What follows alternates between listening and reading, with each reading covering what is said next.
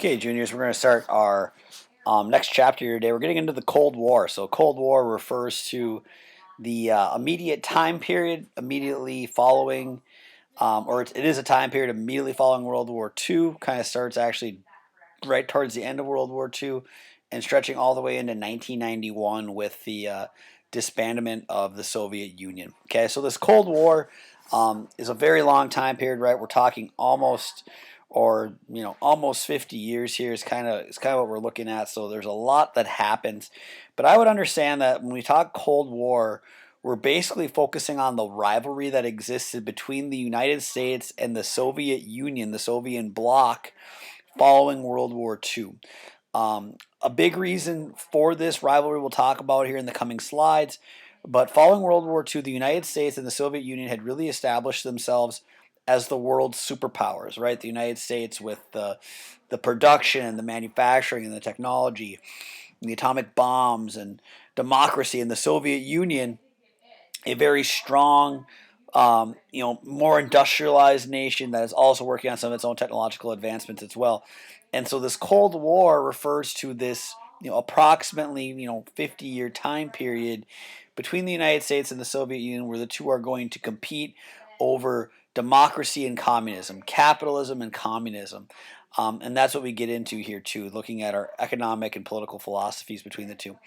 So really, this all starts with Truman and Stalin, President Harry Truman, and the communist leader of the Soviet Union, Joseph Stalin. And there's a variety of reasons for why this starts. And again, perspective is a big part in this too. But some three big reasons here is that, and you could also probably add a fourth here too, and maybe we'll start with that, is that during World War II with our Yalta conferences and our Potsdam conferences and these different things, and going actually all the way back to World War I, where the United States refused to recognize the Soviet Union as an independent nation.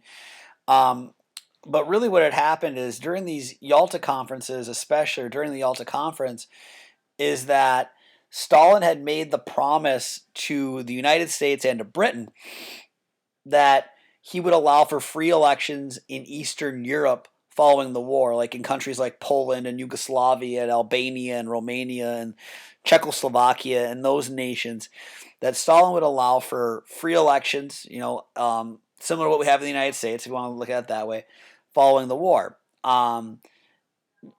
And now what happens at Potsdam is he kind of negates that and basically says that that's not going to happen. Okay, the other thing that happens is it becomes, clear to Stalin that the United States did not tell them or did not share all the information about the atomic bombs and the United States' technological advancement with the atomic bombs that were developed towards the end of World War II, despite the fact that the United States and the Soviet Union, for all intents and purposes, were allies. Okay, again, only allies after Hitler had invaded the Soviet Union, but allies nonetheless. So Stalin was very offended by Truman in the sense that he did not share that information with them. Okay, and Truman again was kind of questioning, should I be sharing that type of information with a communist nation where, again, communism is kind of like the eternal enemy of the American way of life.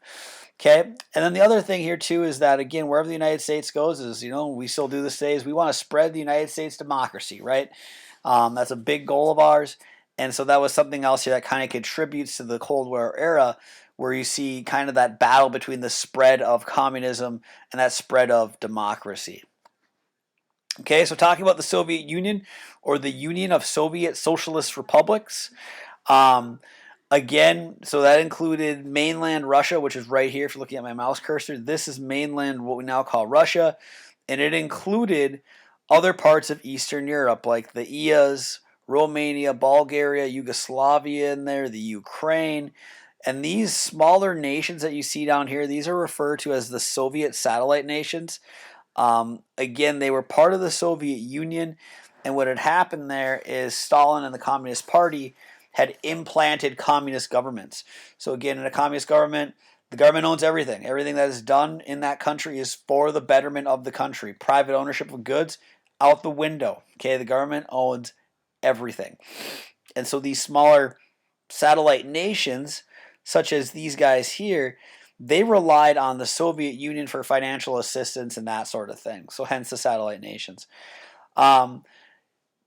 again, right after the end of World War II, Stalin is going to predict, and this is even with the United Nations in place now, Stalin's going to predict another war. Is that's going to happen between the United States and the Soviet Union, um, and that's what's going to lead to the arms race. And now the arms race is one of the biggest, most important events associated with this with the Cold War era, because what you're going to see happen, from 1945, especially into the 1960s, 1970s, is you're going to see both the Soviet Union and the United States trying to create bigger bombs than one another, and eventually they develop even bigger hydrogen bombs than what were used during World War II.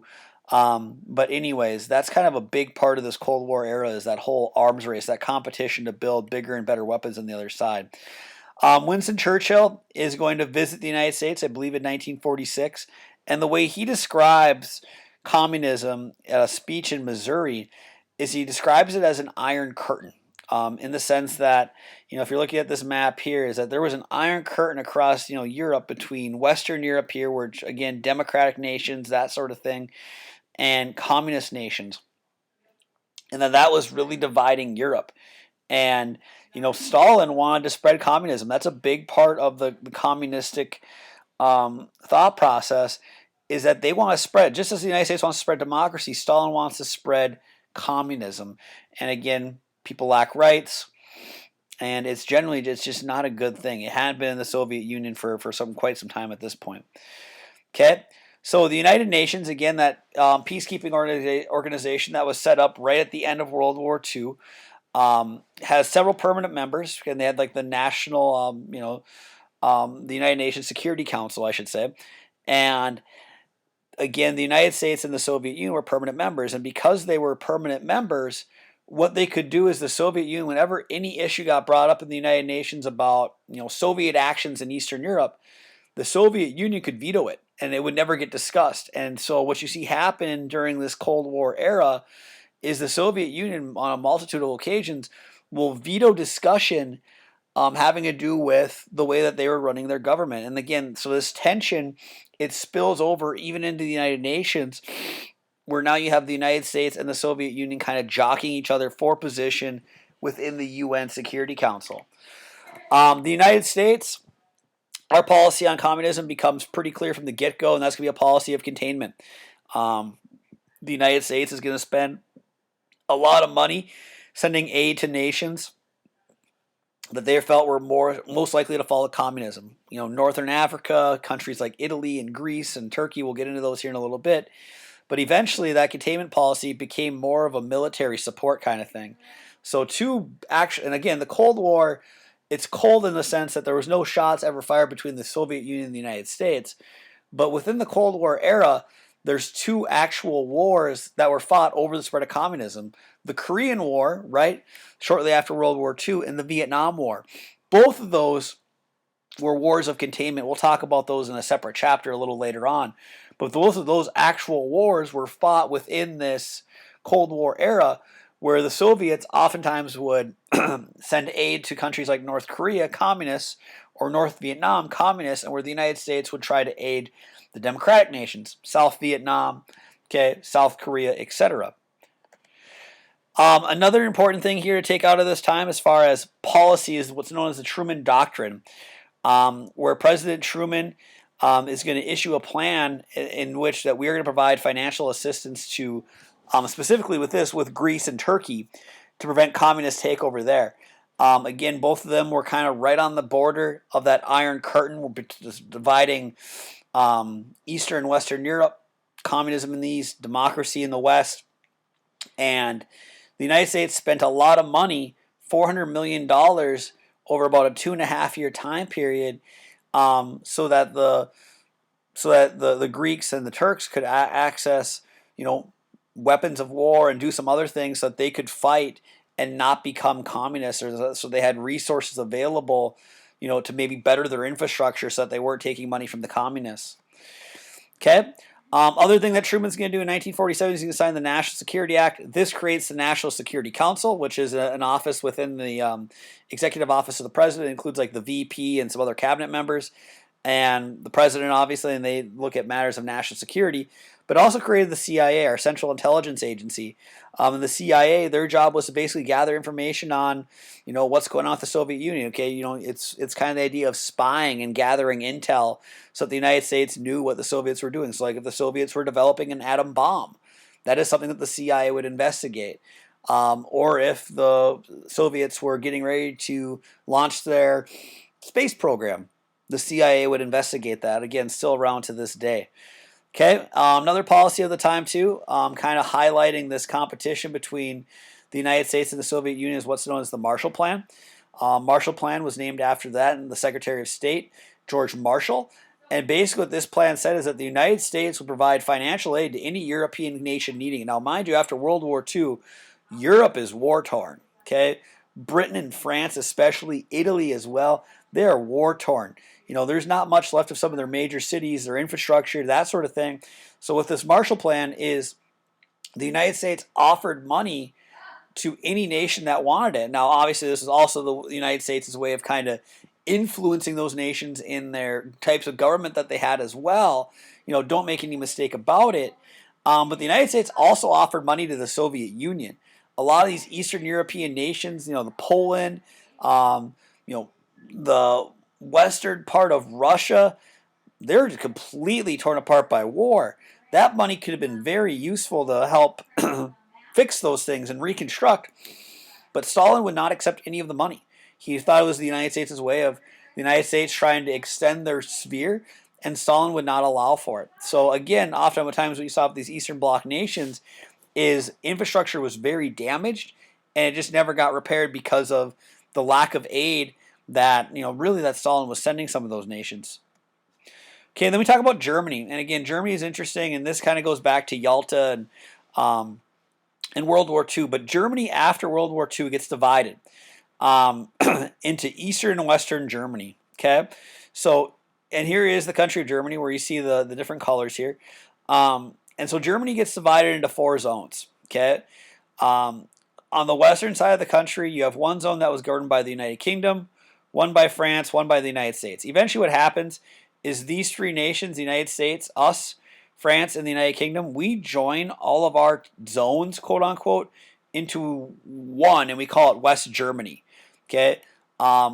Democratic, capitalist, things are, for all intents and purposes, are, improving there because of the aid that's available to better the infrastructure that may have been damaged. And in the east, you have East Germany, and East Germany was the communist area of Germany that was controlled by the Soviet Union. Now, the other thing too is within East Germany, if you're kind of looking at my mouse cursor here, this multicolored dot right here, that is the city of Berlin. The city of Berlin, located in East Germany, was also divided into 4 zones. Eventually what happens is the United States, France, and Britain, we join our zones into one, included in West Berlin. West Berlin was governed by West Germany, and you have East Berlin that was governed by East Germany. Now, the only thing that made this really interesting is that, again, the city of Berlin is located within East Germany. So something that Stalin tried to do is shortly after the United States, Britain, and France joined their zones together in West Germany and in West Berlin, is he tried to close down the city of Berlin so that the United States, France, and Britain couldn't get in there.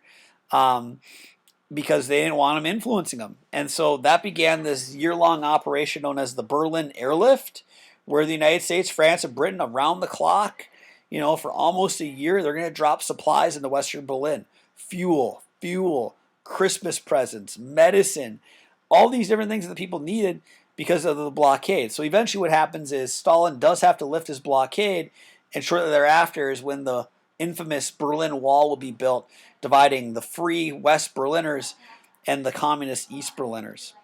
Okay. Other terms to be familiar with is NATO gets created around this time too. NATO is still very much a thing today. The North Atlantic Treaty Organization. What it is it's a military alliance / military agreement between Western nations like the United States, France, Britain, Iceland, Norway. And basically what it is it says is if one of those nations were to ever be attacked, is the other nations will also step in.